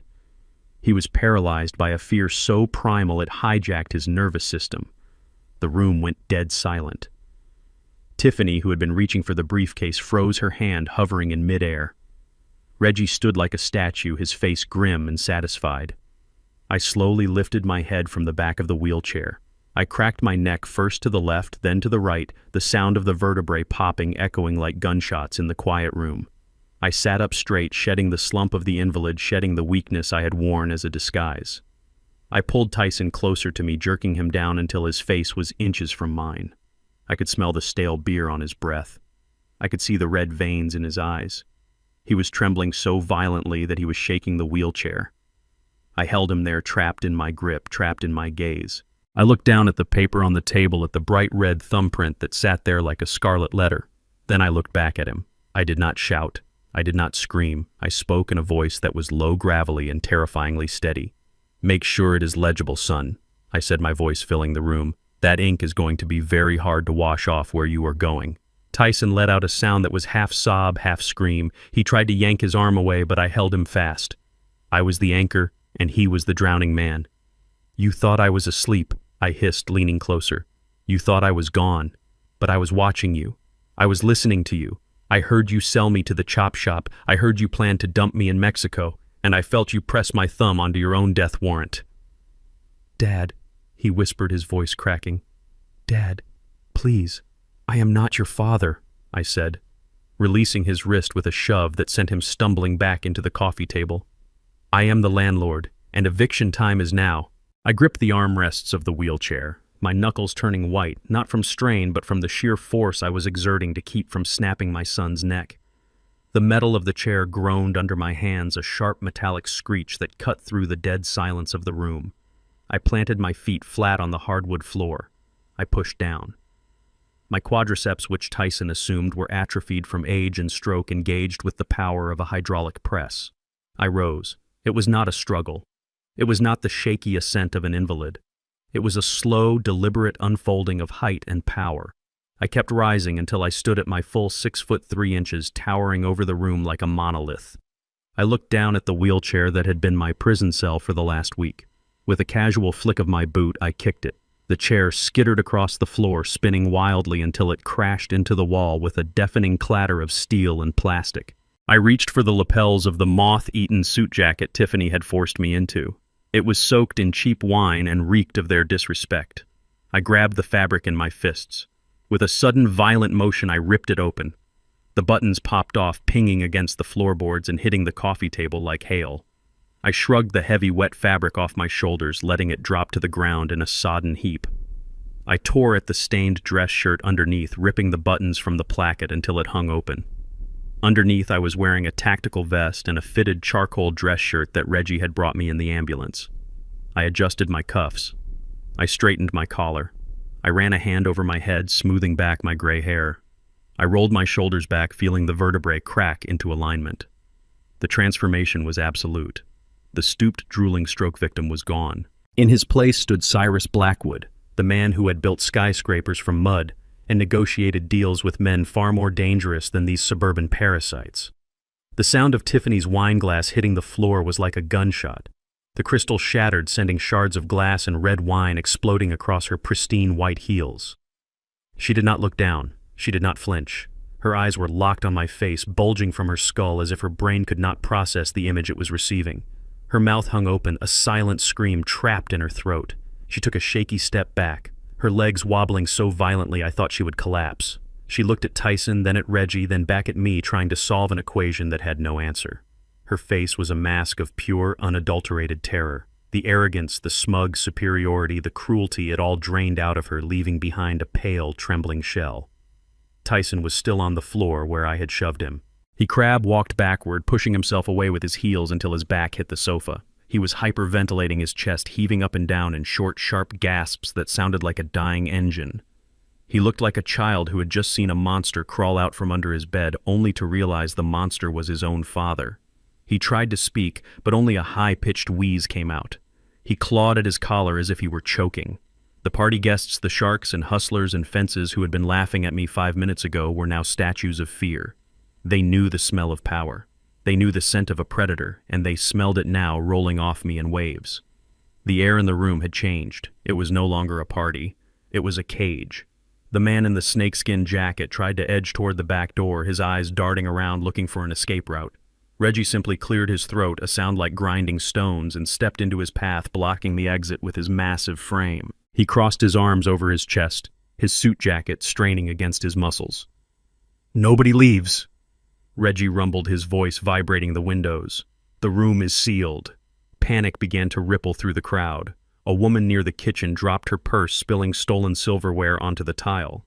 A man by the window spilled his beer down his front. They looked at each other, realizing they were trapped. They realized they had been mocking a man who could buy and sell their entire lives before breakfast. They had thrown wine on a man who commanded an army. I saw the chop shop owner reach for his pocket, perhaps for a weapon, but he froze when he saw the cold, dead look in my eyes. He knew.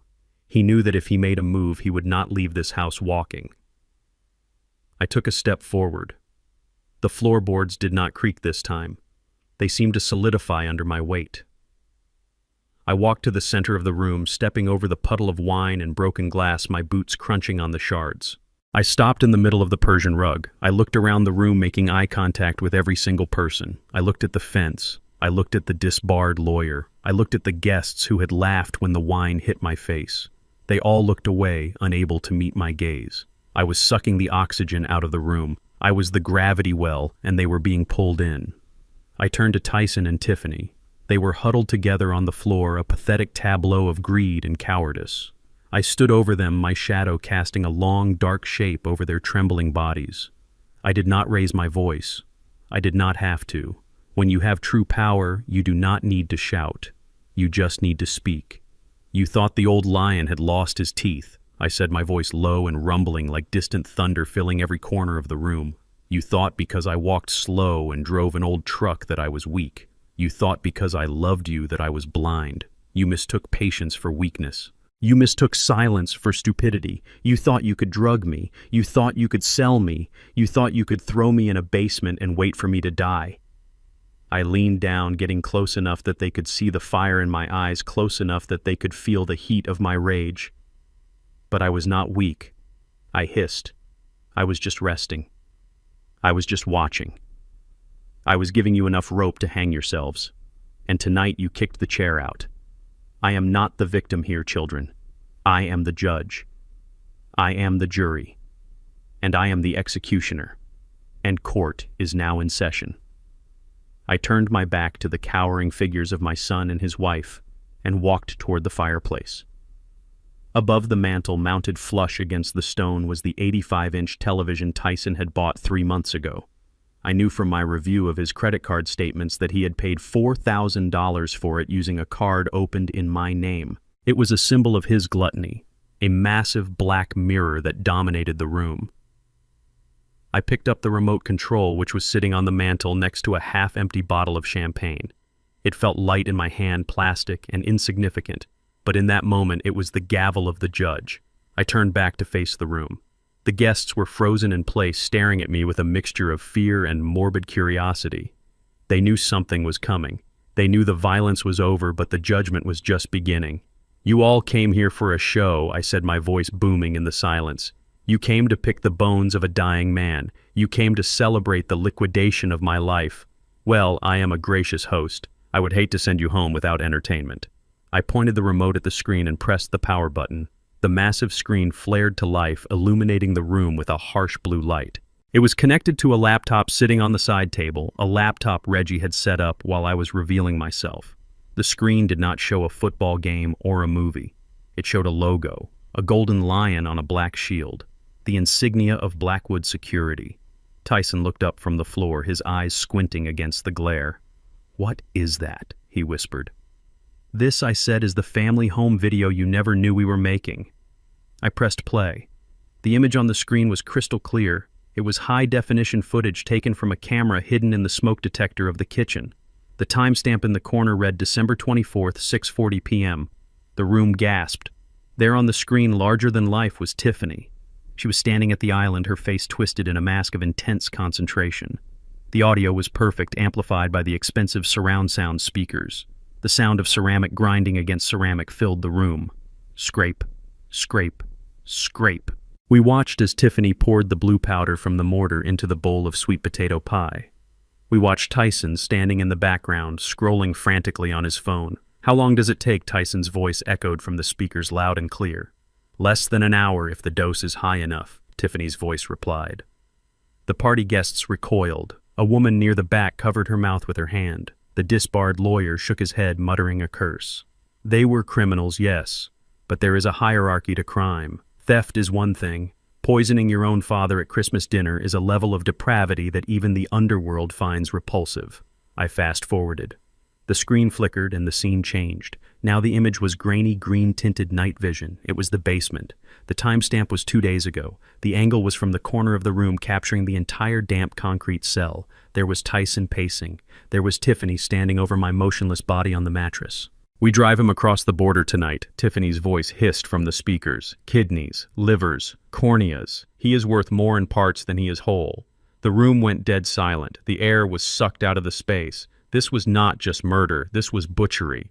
This was the commodification of human life. I looked at Tiffany. She was staring at the screen, her face pale, her eyes wide and unblinking. She looked like she was watching her own autopsy. She was seeing the monster she truly was, projected in 4K resolution.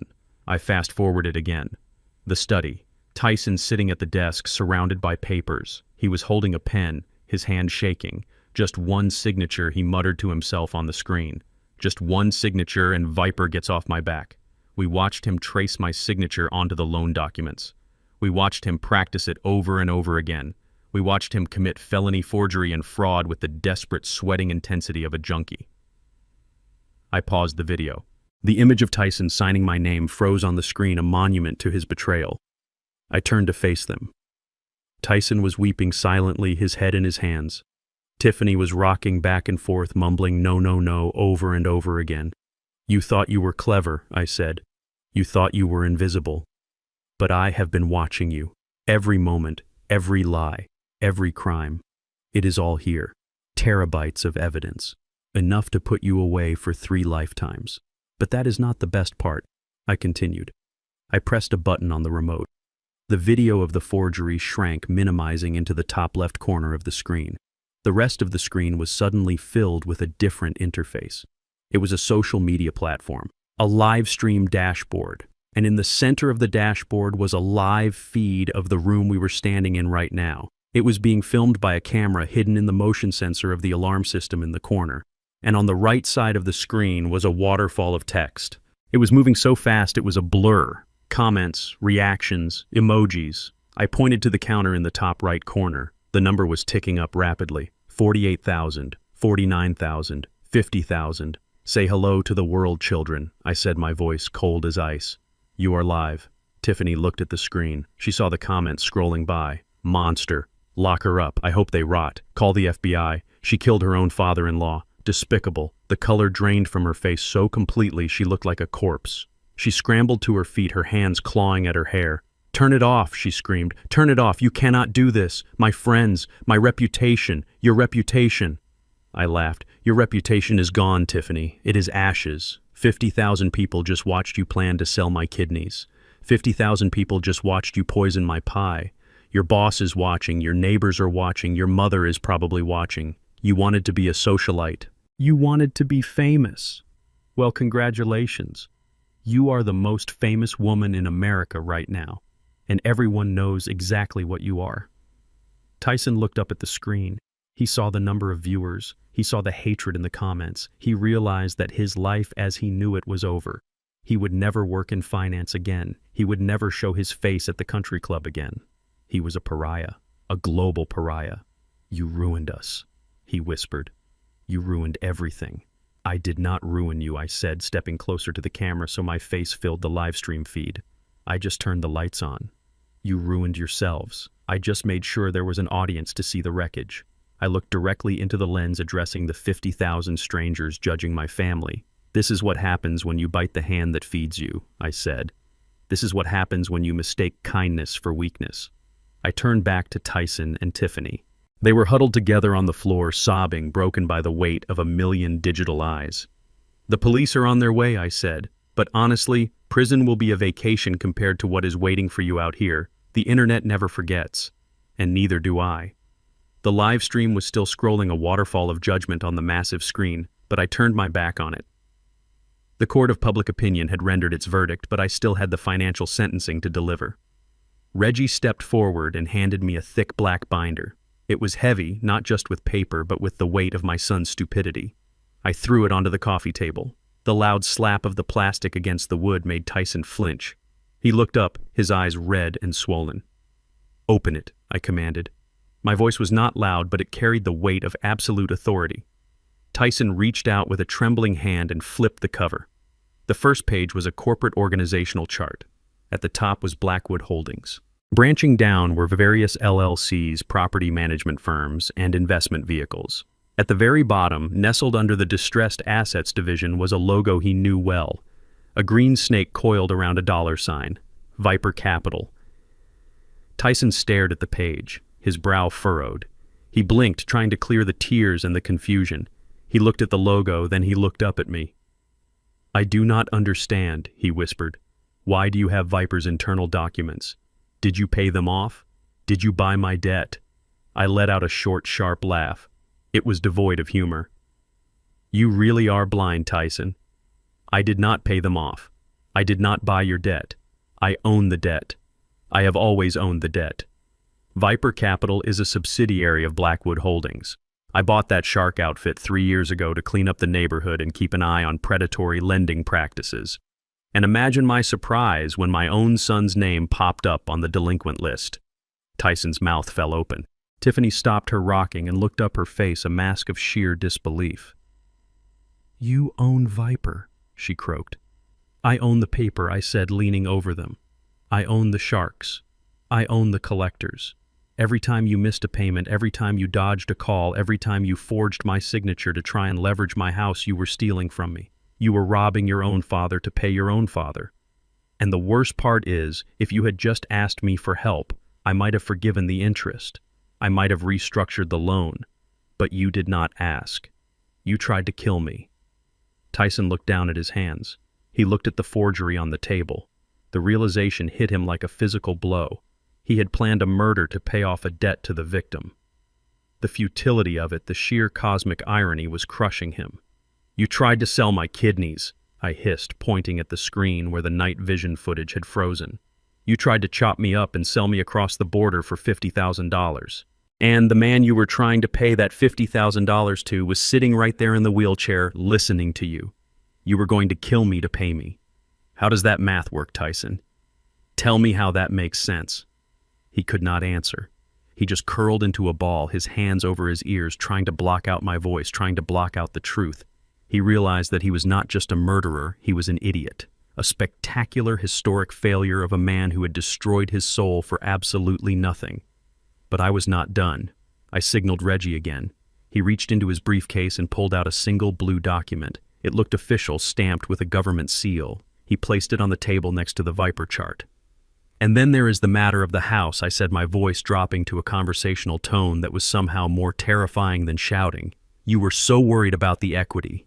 $2 million, you said. You were already spending it. You were looking at condos in Buckhead. You were picking out curtains. Tiffany looked at the blue paper. Her eyes were hungry again, desperate for a lifeline. Is that the deed, she asked? Can we still sell it? If we go to jail, can we use the money for lawyers?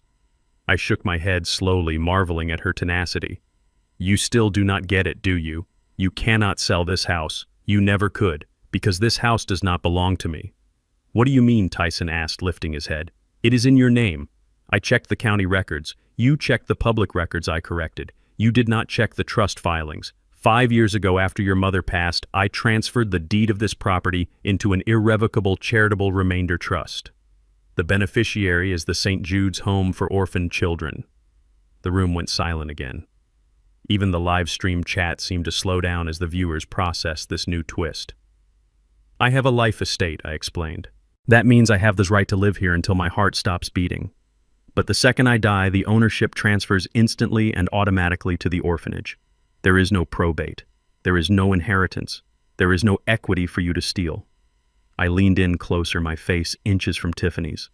So when you were grinding up those pills, when you were planning to push me down the stairs or drive me to Mexico, you were not speeding up your inheritance. You were speeding up your eviction. If I had died tonight, you would have been homeless by morning. The charity would have kicked you out before my body was even cold. You were killing me to make yourselves destitute. Tiffany stared at me. Her brain was trying to find a loophole, trying to find a way to win, but there was none. The walls were closing in. The house she coveted, the symbol of the status she craved, was a mirage. She was sitting in a house that belonged to orphans. She was a squatter in a charity ward. We have nothing, she whispered. The realization was total. Her voice was hollow, stripped of all its sharpness. We have no money. We have no house. We have no jobs. We have nothing. You have debt, I reminded her. You owe me $300,000 in credit card fraud. You owe Viper $50,000 plus penalties. And you owe the state of Georgia a lot of time. Tyson let out a low moan, a sound of pure animal despair. He looked around the room, at the lavish furniture, at the expensive electronics, at the trappings of the life he had stolen. It was all dust. It was all borrowed. He had betrayed the only person in the world who had ever truly loved him, and he had done it for a prize that did not exist. He had sold his soul for fool's gold. I stood up straight, adjusting my cuffs. The final nail was in the coffin. I had stripped them of their illusions. I had shown them that their greed was not only immoral, it was incompetent. They were not masterminds. They were fools playing with matches in a powder keg. And now the explosion was here. Tiffany collapsed. It was not a theatrical faint. It was a genuine physical failure. Her legs gave out and she slid sideways, hitting the floor with a dull thud. She curled into a fetal position, her expensive dress bunching up around her waist, her face pressed into the Persian rug. She began to scream. It was a high, thin sound like a tea kettle boiling over. She screamed for her lost life. She screamed for her lost freedom. She screamed because the reality of her future had finally crashed down on her. She was going to prison. She was going to be a felon. She was going to be poor. And for a woman like Tiffany, being poor was a fate worse than death. Tyson did not scream. He just shook. He sat cross-legged on the floor, rocking back and forth, his eyes wide and unseeing. He was muttering to himself, a stream of gibberish. I am sorry, Dad. I am sorry. It was the pie, the blue pills, the ink. It is hard to wash off. He looked at his thumb. The red ink from the pad was still there, bright and damning. He started to scrub it against his pants, frantically trying to erase the mark of his betrayal. Out-damned spot. But it would not come off. It was stained into his skin, just as his crime was stained into his soul. Reggie stepped up beside me. The police are 2 minutes out, Cyrus, he said quietly.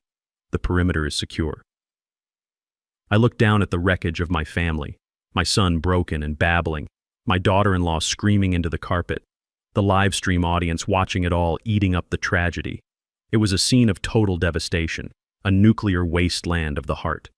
I felt a pang of sadness, not for them, but for the memories that had lived in this house. The Christmas mornings, the birthday parties, the quiet dinners with Beatrice, all of it was tainted now. This house was a crime scene. Open the door, Reggie, I said, turning away from them. Let the officers in. I am done here. I walked toward the kitchen, leaving them on the floor. I needed a glass of water. My throat was dry. And I needed to wash the taste of sweet potato pie out of my mouth forever. As I ran the tap, I heard the sirens cut their wails as they pulled into the driveway. The blue lights flashed through the window, illuminating the kitchen in harsh strobes. It was the end of the party. It was the end of the line. and outside in the cool night air I could finally breathe again. I stood at the kitchen sink, gripping the cold glass of water as the front door of the house disintegrated. It did not open. It was breached. The battering ram hit the heavy oak with a thunderous crack that shook the foundation, sending a cloud of splinters and dust into the foyer. The noise was deafening, a chaotic symphony of shouting voices and heavy boots stomping on hardwood. A dozen tactical officers flooded into the living room, their weapons drawn, their flashlights cutting through the gloom like lightsabers. They moved with a terrifying efficiency, shouting commands that overlapped into a wall of sound. "Police, get down, hands where I can see them, nobody move." The party guests, the sharks and bottom feeders who had been so arrogant moments ago, hit the floor instantly. They knew the drill. They scattered like cockroaches, exposed by a sudden light covering their heads and curling into balls. I watched calmly from the kitchen archway. I took a sip of water. It was cool and clean, washing away the lingering phantom taste of betrayal. Reggie stood near the fireplace, his hands raised calmly, showing his palms. He was the only one not panicking. He knew the officers. He had likely briefed the captain himself. The officers swarmed Tyson and Tiffany. They were not treated gently. This was not a white-collar arrest for tax evasion. This was a takedown for conspiracy to commit murder and human trafficking. An officer in full riot gear grabbed Tyson by the back of his shirt, hauling him up from the floor. Tyson let out a yelp of surprise, his legs scrambling for purchase. Another officer secured Tiffany, twisting her arms behind her back with professional force. The click of the handcuffs ratcheting shut was the sweetest sound I had heard in 40 years. It sounded like justice. It sounded like closure. The room was a whirlwind of blue uniforms and terrified screams, but amidst the chaos, I walked slowly into the living room. The officers parted for me, knowing who I was. I stood in the center of the storm, the eye of the hurricane, watching the final destruction of my son's life. He looked at me, his eyes wide with terror and confusion. He looked at the police, then back at me, realizing finally that there was no escape. The live stream camera was still running, capturing every second of their downfall for the world to see. Then the accusations started.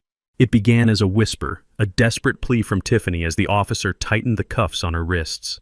"It is not me," she sobbed, her mascara running down her face in black streaks, making her look like a deranged clown. "It is him. It was his idea. I am the victim here. Officer, please listen to me. He forced me to do it. He is abusive. He made me grind the pills." Tyson's head snapped toward her. His shock turned instantly into a rabid, cornered fury. "You liar," he screamed, struggling against the officer holding him. "You bought the pills. You are the one who looked up the dosage on your phone. I have the search history, Tiffany. It is on your iPad. She told me to do it, officer. She said we had to get rid of him because of the debt. She planned the Mexico trip. She knew the guy in Tijuana who buys the organs." "Shut up, you coward," Tiffany shrieked, spitting in his direction. "You are the one who forged the signature. You are the one who stole his identity. I was just trying to save our home. I was trying to fix your mistakes. You are a loser, Tyson. You have always been a loser. That is why your father hates you. That is why he set us up. Because you are weak." "I am not weak," Tyson roared, tears streaming down his face, mixing with the snot running from his nose. "I did everything for you. I stole for you. I lied for you. I almost killed my own father for you. And now you are turning on me." I watched them tear each other apart. It was fascinating in a grotesque way. Their love, their marriage, their partnership was revealed for what it truly was.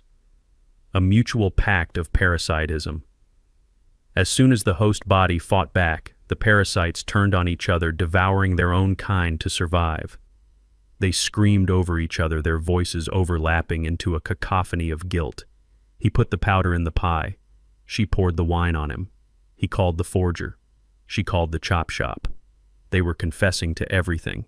They were doing the district attorney's job for him, handing him a conviction on a silver platter. The officers did not even have to interrogate them. They just let them talk, letting the body cams record every venomous word. It was the end of their dignity. They were stripping themselves naked in front of the world, showing everyone the rot that lived inside their souls. The officer handling Tyson began to drag him toward the door. Tyson's legs gave out. He went limp, dragging his feet on the floor, his expensive Italian loafers scuffing against the wood. He looked back at me.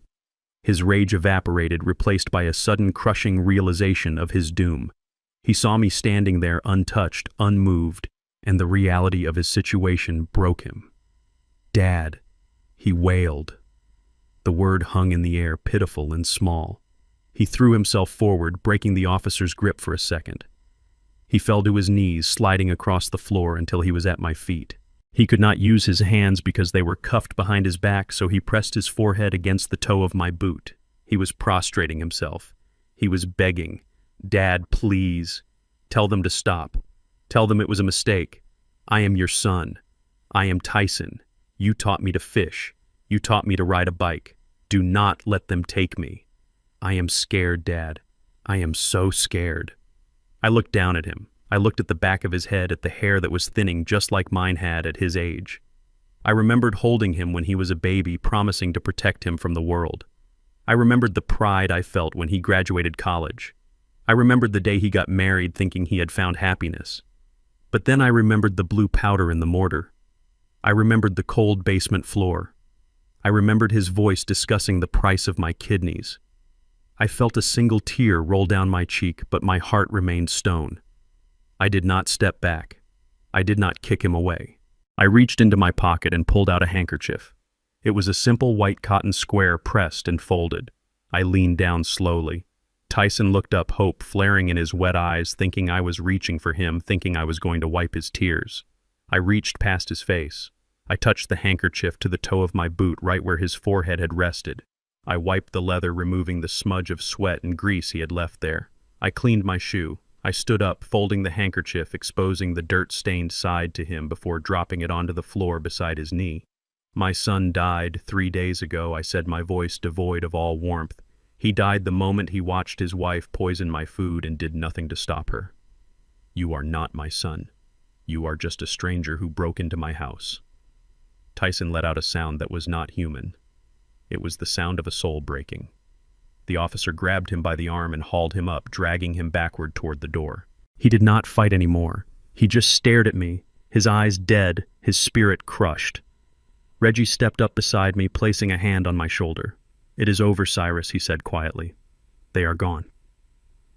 I watched them disappear through the shattered door into the flashing lights of the police cruisers.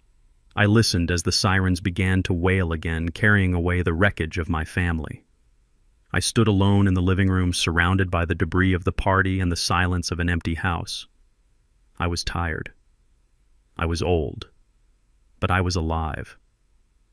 And for the first time in a long time, I was free. The trial was not a spectacle, it was a formality. With the live stream footage, the forged documents, and the testimony of the FBI informant, there was nowhere for them to hide. Their expensive defense team, paid for by liquidating the last of Tiffany's jewelry, could not save them from the mountain of evidence I had systematically compiled. I sat in the front row of the courtroom every single day. I wanted them to see me, to see. I wanted them to remember the face of the man they tried to kill, not as a victim, but as the architect of their demise. When the gavel finally fell, it sounded like the heavy door of a vault slamming shut. Tyson Blackwood and Tiffany Blackwood were found guilty on all counts, including conspiracy to commit murder, aggravated identity theft, and elder abuse. The judge, a stern woman who had watched the videos with visible disgust, sentenced them to 20 years in federal prison without the possibility of parole. They did not look at me as they were led away in chains. They looked at the floor. They looked at the shackles on their wrists. They were no longer the socialites of the suburbs. They were inmates' numbers in a system that did not care about their aspirations or their comfort. The house was seized by the authorities. The cars were repossessed. The remaining assets were auctioned off to pay a fraction of the restitution they owed me and the state. Everything they had built on a foundation of lies was ground into dust. Justice is not always swift, but in this case it was absolute. They wanted a life of leisure at my expense. Now they have plenty of leisure time in a 6x8 cell to think about the price of sweet potato pie. 6 months later, I stood on a quiet hill overlooking the Atlanta skyline. The grass was green and manicured, the air smelling of magnolias and fresh rain. In front of me stood the simple granite headstone of my wife, Beatrice. For years I had come here alone, bearing the weight of my secret success and the heavy burden of our son's failures. But today I was not alone. Standing behind me in a respectful semicircle were 12 young men and women. They were doctors, engineers, teachers, artists. They were not my blood. They did not share my DNA. They were the children of the St. Jude's Home for orphaned children. They were the recipients of the trust fund I had established decades ago. The true beneficiaries of the real estate empire I had built in the shadows. I had paid for their colleges. I had mentored them. I had watched them grow into the people Tyson refused to become. A young woman named Sarah stepped forward. She was a pediatric surgeon, now a woman who saved lives every day instead of trying to take them. She placed a hand on my arm. "We are here for you, Mr. Blackwood," she said softly. "You are our father in every way that matters." I looked at them. I saw respect in their eyes. I saw gratitude. I saw love. It was not the transactional love of Tyson and Tiffany. It was earned. It was real. I realized then that I had not lost a family. I had simply pruned a dead branch so the rest of the tree could flourish. Beatrice would have loved them. She would have been proud, not of the money, but of the lives we built with it. People often ask me if I regret what I did. They ask if it hurts to send your own flesh and blood to prison. The answer is simple: no. Regret is for mistakes. What I did was a correction. I spent a lifetime believing that blood was the strongest bond on earth. I thought that if I gave my son enough, if I loved him enough, he would become a good man. I was wrong. Blood is just biology. Loyalty is a choice. Integrity is a choice. And when someone chooses to betray you, they forfeit their seat at your table regardless of whose last name they share. I learned the hard way that you cannot buy character. You cannot inherit dignity. Money is a magnificent tool, but it is a terrible master. It revealed my son's rot, just as surely as it revealed the potential in the orphans standing behind me. I turned away from the grave. I walked down the path, my head held high, my stride strong. Waiting at the curb was not my rusted Ford truck. It was a gleaming black Rolls-Royce Phantom. The driver opened the door for me. I slid into the leather seat, leaving the dust of the past behind. I had my health. I had my true family. And I had my peace. The world thought I was a victim. They thought I was a frail old man ripe for the taking. They forgot that before you can build a skyscraper, you have to dig a deep foundation. And I have been digging for a very long time. I am Cyrus Blackwood, and I am just getting started. This story teaches us a brutal but necessary truth. Biological relation is not a license for abuse. We often cling to toxic family members out of a sense of obligation, believing that shared DNA justifies forgiveness for the unforgivable.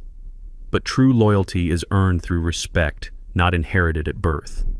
My son mistook my silence for stupidity and my generosity for weakness, proving that money does not change people, it simply unmasks them. In the end, the most important investment you can make is not in real estate or stocks, but in your own self-worth. Never set yourself on fire just to keep ungrateful people warm. If you enjoyed this story of ultimate justice, please hit that like button and subscribe to the channel for more. Let me know in the comments below, would you have forgiven Tyson because he was family, or would you have sent him to prison just like I did? I read every single comment. See you in the next story.